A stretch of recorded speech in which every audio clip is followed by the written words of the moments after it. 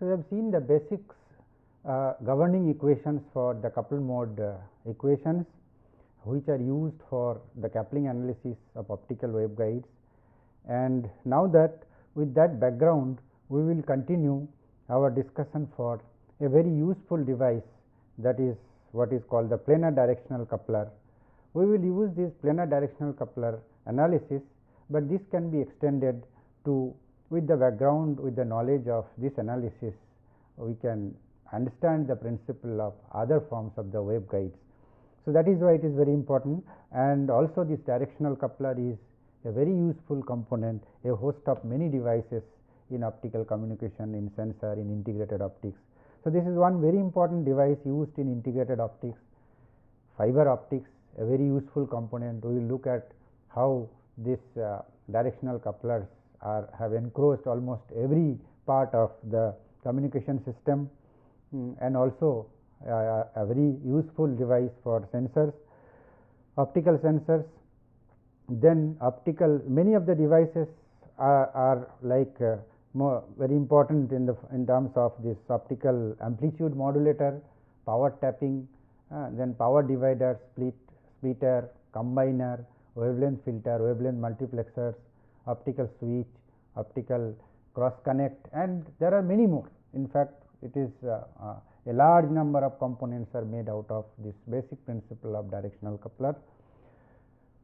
And if you look at the structure of the waveguide, is basically consists of two channel optical waveguides placed close to each other, so that the field of the individual wave can in the field of the modes of individual waveguide can interact with that of the mode of the neighboring waveguide.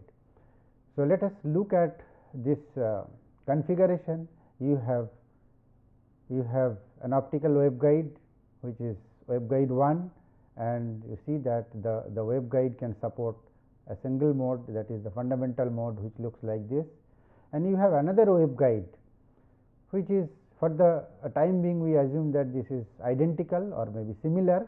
It also supports a similar fundamental mode field distribution, and now these two waveguides are lying parallel to each other with a small gap between them, and the wave is traveling along the z direction. In that case, if we assume that we have excited one of the waveguides, let us suppose this waveguide, we launch field optical wave into this waveguide, then the modal field of the optical waveguide 1 will be intercepted by the waveguide 2. Let us look at this, will be intercepted by the waveguide. You can see that this modal field is now being intercepted by this waveguide 2. So, it hits the second waveguide. Therefore, this field, because any field in such a waveguide structure will be continuous, the tangential component of the fields will be continuous across the waveguide interface. So, this must be continuous, and the continuity of the fields at the boundary of the waveguide 2, some fields get excited inside the second waveguide, and these two waveguides, the total system is a bound structure. In a bound structure, the fields, wherever it is, it cannot be any arbitrary field. It cannot be any arbitrary field. The field induced in the waveguide 2 must be a modal field of the system, and that is the main point, that the field which is induced into the second waveguide because of the intersection of its evanescent tail with the second waveguide must be a modal field of the system.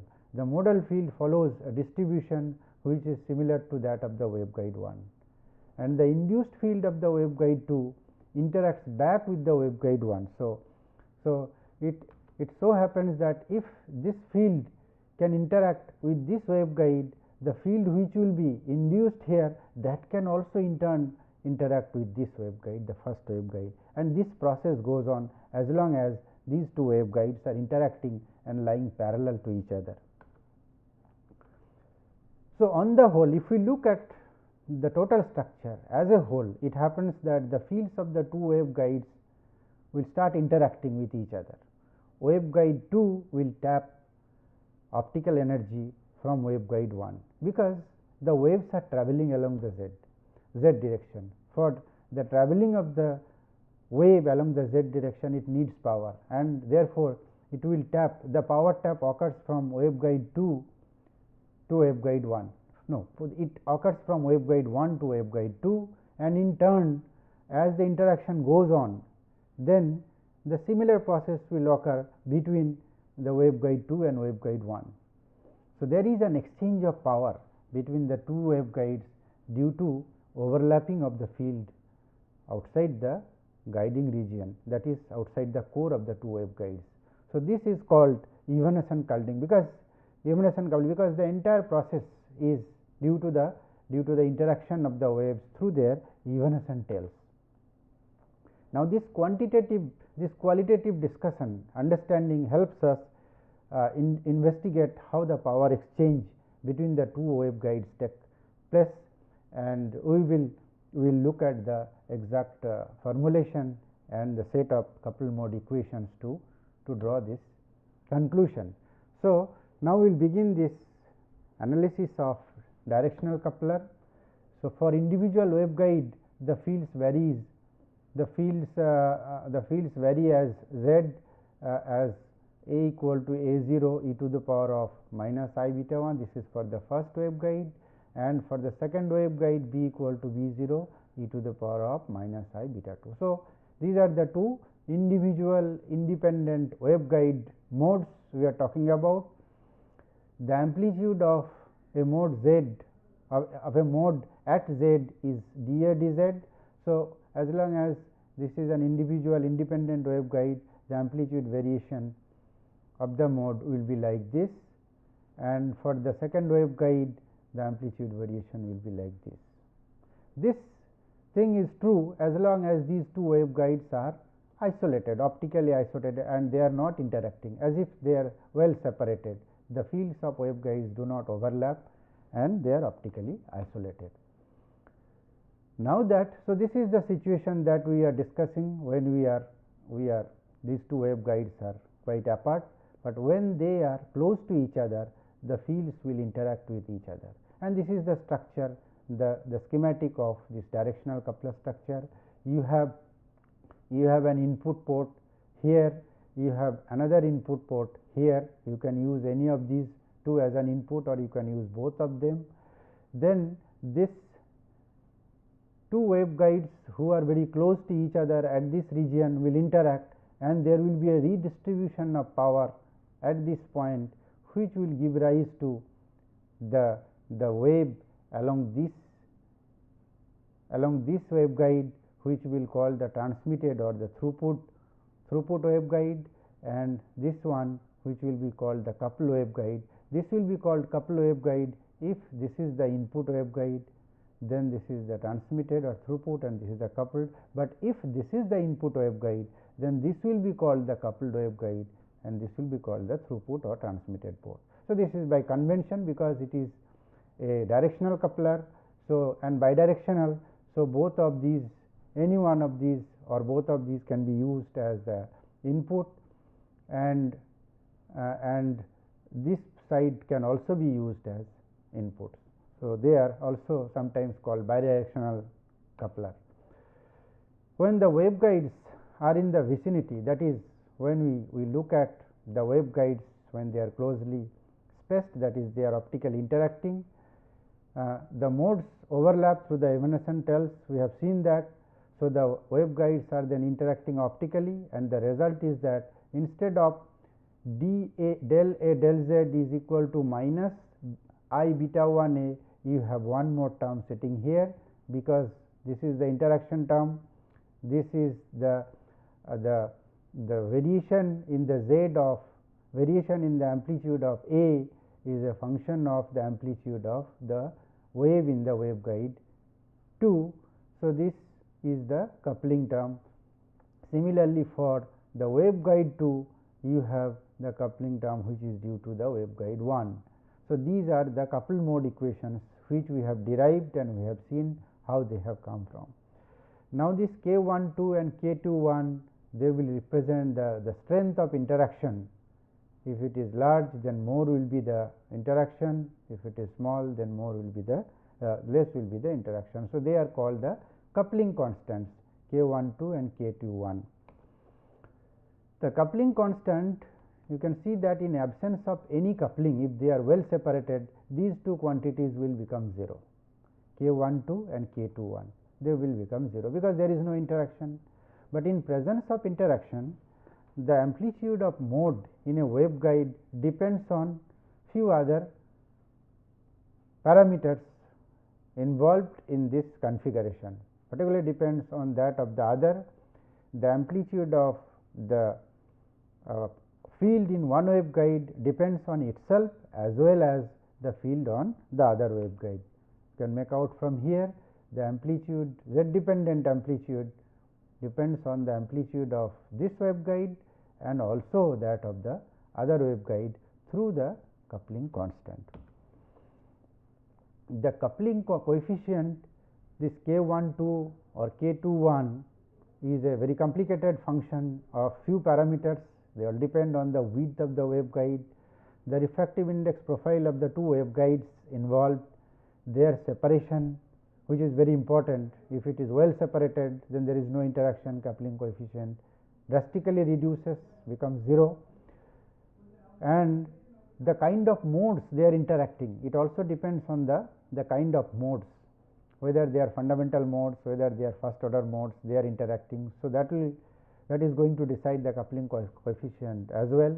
And very importantly, it is also a parameter that depends on the wavelength of operation. And this principle that the coupling coefficient depends on the wavelength of operation is utilized in many interesting devices like wavelength division multiplexer, wavelength division couplers, and so on and so forth.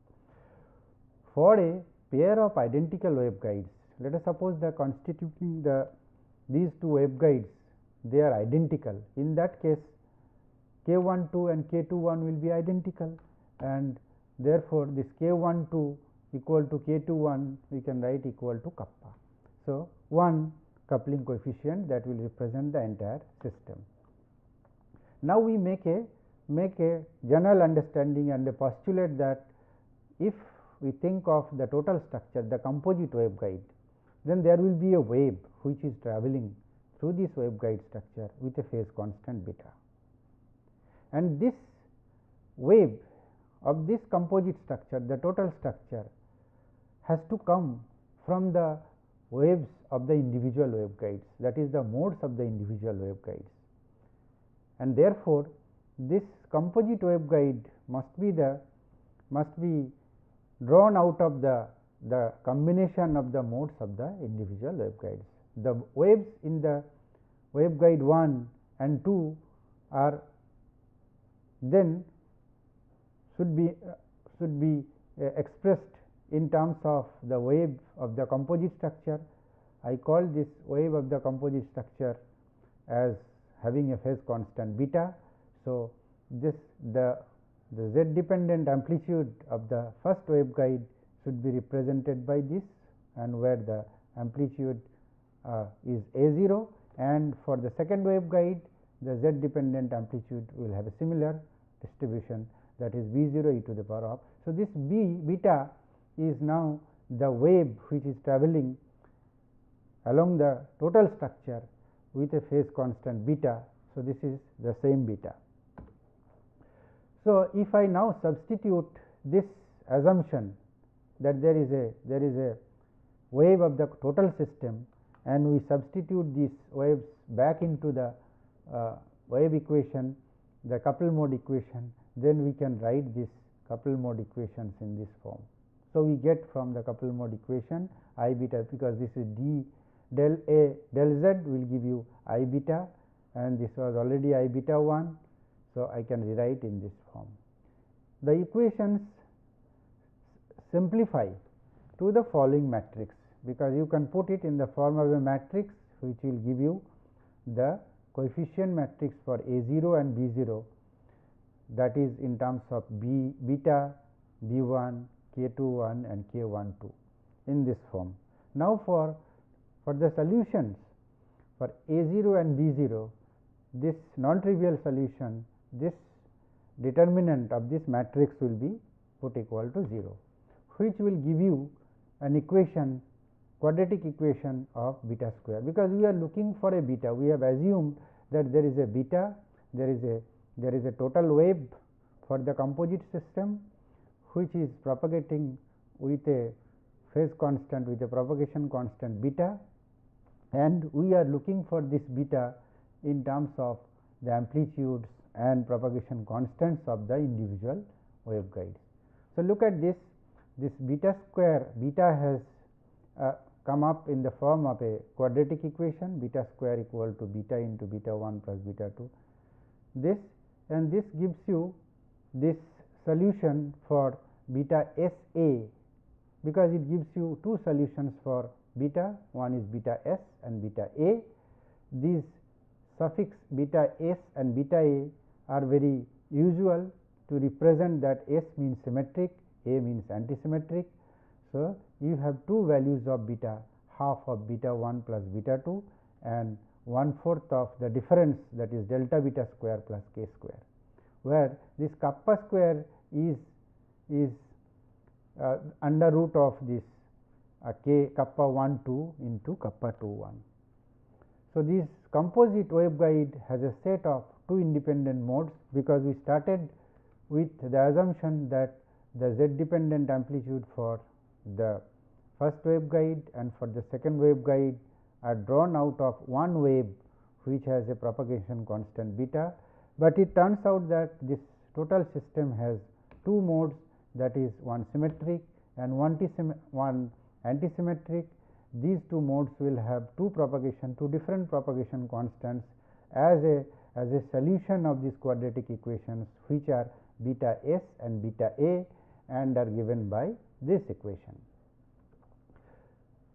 So, one of these two waves of the total system, the composite system, is propagating with a propagation constant beta S, and the other one is with a propagation constant beta A. So, this beta S is to represent that symmetric mode, and this one to represent the anti-symmetric mode. Therefore, we have the general solution to equation 1, that is the assumption that is A z and B z, how it depends on the amplitude of A and B through interaction, A by itself.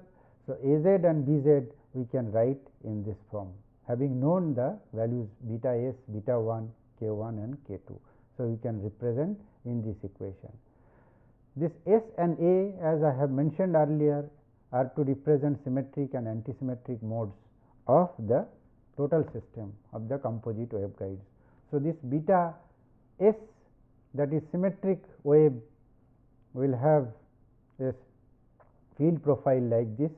You know, this is the even mode, and this will be antisymmetric, which we call the odd mode. So, these are the total system. You have two waveguides, and the modes of the total system, the two lowest order modes of the total system can be thought of. There is one symmetric mode and there is one antisymmetric mode. So, these are the two modes which belong to the total system, that is the, and we can assume that we can put the boundary condition that at z equal to 0, if we at z equal to 0, if we launch unit power into one of the waveguides, I just launch unit power into one of the waveguides, then these two amplitudes will be added up, because the phase difference is 0 at z equal to 0. Both of them will have z equal to 0, phase difference between them is 0. So, they will be added up, and these two will be cancelling each other. So, it is like as good as telling that there is a wave which is confined only into one waveguide. So, the superposition of these two waveguides at z equal to 0 will be equivalent to the wave at the first waveguide, that is an input in the first waveguide. The input unit power is launched into waveguide 1 and no power launched into waveguide 2. Under that condition, then we can write A s plus A a equal to 1 at z equal to 0, because you have e to the power of I beta s z e to the power of minus I beta a z, both z's are 0. So, you get this one. So, this is the total unit amplitude at z equal to 0, and for the second waveguide this will be put equal to 0, because this is the amplitude in the second waveguide, this is in the first waveguide. Okay, so, this yields that A s is equal to this, because if you solve these two, if you eliminate the values and calculate the value of A s and A a by solving these two equations, you can see that A s equal to this, and this should be A a, there is a mistake, this should be A a will be equal to this. Therefore, knowing these facts, that we can now put them back into A z and B z equation, which we have assumed, then we can write this amplitude, that is the power which is the square of the amplitude in the first waveguide, can be represented by this equation. And so, this is the power transfer equation, and B z square, the power in the second waveguide, which can be represented by this equation. If I substitute this A s and A a back into the equation for the power of the individual waveguides in this equation, A z and B z, in place of A a I will substitute that, in place of A s I will substitute the terms containing that beta 1, beta s, beta a and k 1. So, this quantity, if I will get this power transfer equation, and this is the most general form of power transfer for weakly interacting waveguides in the form of directional couplers, and this A z square and B z square are the powers in waveguide A and waveguide B, or waveguide 1 or waveguide 2. So, this equation is very useful and is very general when you consider two identical waveguides, then you can. So, we write this equation in this form, A z square and B z square. You can see that there is the periodic exchange of power between the two waveguides, that is the periodicity will be twice pi, this k twice pi by lambda, this quantity. So, 1 upon pi by this quantity will be the periodicity of the power transfer, which will be periodicity along the z direction between the waveguide 1 and 2. So, it is obvious from this that there is a periodic exchange of power between the two waveguides. If we now consider that the two waveguides which are forming this directional coupler, they are identical, in that case the modes of the individual waveguides will be the same, and they will be represented by the same propagation constant, that is beta 1 equal to beta 2 is equal to beta naught, let us suppose. In that case, then beta s will be equal to beta 0 plus. So, this will become kappa, and beta s will be equal to beta 0 minus kappa. If you go back and look at the equation for kappa 1 1 and kappa 2 1. So, beta s and beta a are now having this reduced form. So, then for the symmetric mode, beta s will become B 0 equal to B a.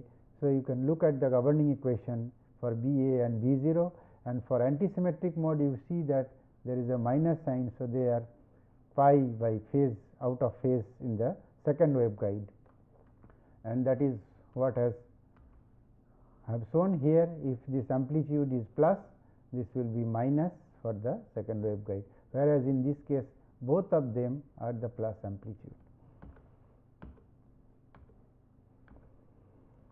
So, beta 0 equal to minus beta a, whereas beta 0 equal to. So, this is for the symmetric mode and this is for the antisymmetric mode.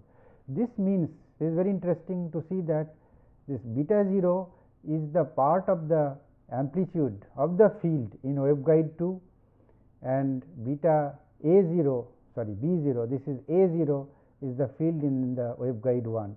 So, they are now identical and they are of the same phase. That is why in a symmetric mode you have this and you have this, both of them are having the same amplitude distribution as well as they are having the same phase. Whereas, for the antisymmetric mode, your in the B 0 equal to minus A 0, that means in the waveguide A this amplitude is positive, but in the waveguide B this amplitude is negative because of this minus sign, but they are having the same amplitude because B 0, the magnitude of B 0 and A 0, they are same.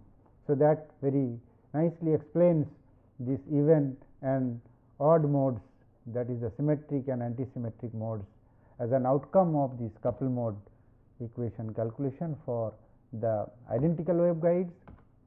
Now, we have seen that if these two waveguides are identical, and if I substitute this beta s and beta a by beta 0 plus k and beta 0 minus k back into this equation, then we can write this expression for the Az and Bz in this form. It requires a simple algebraic calculation manipulation. So, you can show that the amplitude in A is a sinusoidal function sine of kappa z. Amplitude is in B is also a sinusoidal function, but with a phase difference of pi by 2, initial phase of pi by 2 with this. The power in waveguide 1 and waveguide 2 is then the mod square of Az and Bz, which gives you cosine square kappa z, and Bz square will give you the sine square kappa z. So, these are the two power transfer equation which comes from this Az and Bz calculation.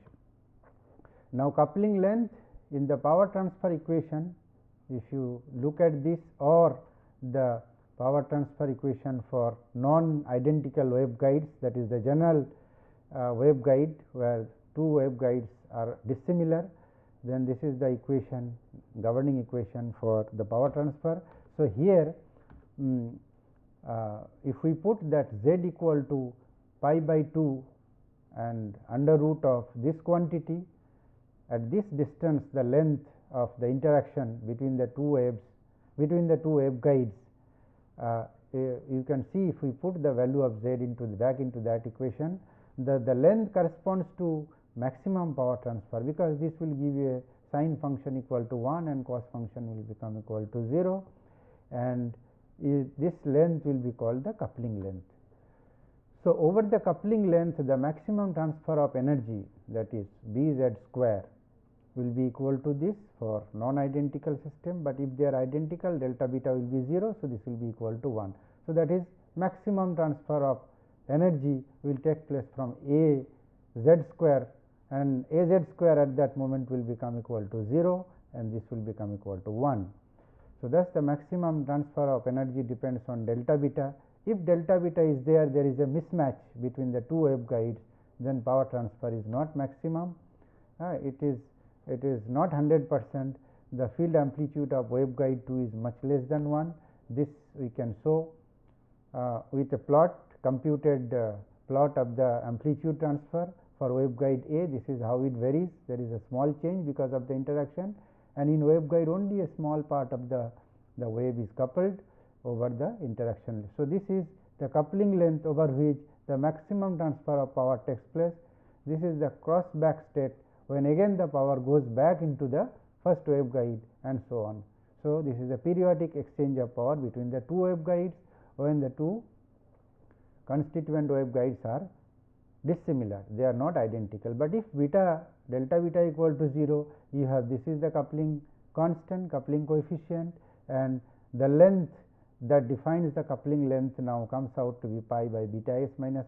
So, this is the difference in the symmetric and antisymmetric modes that gives you the coupling length, and then the power transfer equation comes out like this: Az square equal to cosine square kappa z, and which is very well known for identical waveguide couplers, and is the foundation for many devices for understanding many interesting coupler devices, where LC, if I put back, you get that B z square equal to 1 into back into this equation. If you put LC for z, then you will get beta square equal Bz square 1, Az square equal to 0. That means the complete transfer of power has taken place to waveguide 2 from waveguide 1, where the power is now 0.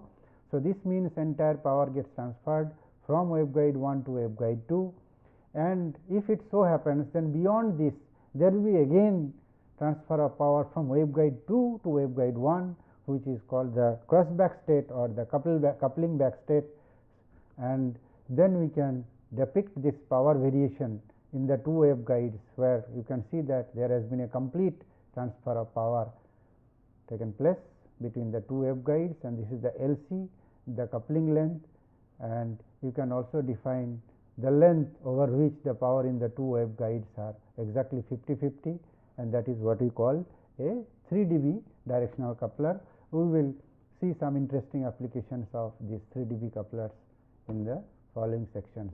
So, to have a visual flavor of how this coupling takes place, you have an input power in the waveguide 1, and it goes to waveguide 2, and then it again comes back to waveguide 1 and again goes to. So, in this way the periodic exchange of power takes place back and forth between the two waveguides.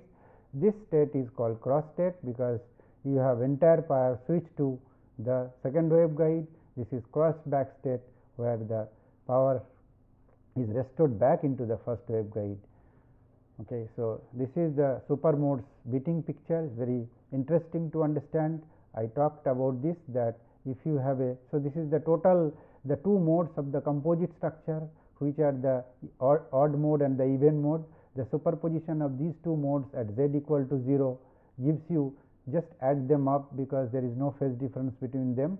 So, these two amplitudes will be added up to get a power in the first waveguide, which can be assumed to be the input in the first waveguide, and as it propagates down the total, the two modes, there is a, the two modes are characterized by two different propagation constants. Therefore, they will develop a phase difference as they travel down. When the phase difference is pi, that is the phase difference is pi, then you have to subtract this mode from this mode, which will now add these two, but subtract these two will make it 0. This will be added up, you get the entire field into the second waveguide. But if the phase difference is 0, you have at the input, then you have the entire power in the first waveguide. But there is a position which is in between these two states, where the phase difference is just pi by 2, then you will get half of the power in this waveguide and half of the power in this waveguide. So, this is what we call that 50% coupling state of the two waveguides. So, this is the beating of the two super modes. You have the two normal modes of the structure, the even mode and the odd mode. It is like the modes of a coupled pendulum. So, when they are in phase, you have one system to oscillate. When they are out of phase, the other system to oscillate. When they are in between, then both of them are oscillating with 50% of their power or energy. So, this is a very interesting fact, that by considering the super modes of the structure, we can explain the coupling of the modes of the composite structures. So, in this discussion, we have considered this planar directional coupler, and in terms of the coupling coefficients, we have also looked at the power transfer equation for the general waveguide when the two waveguides are non-identical. We also looked at the two waveguides when the power transfer when the two waveguides are identical, and finally, we looked at the configuration visually through the super modes beating picture. Thank you.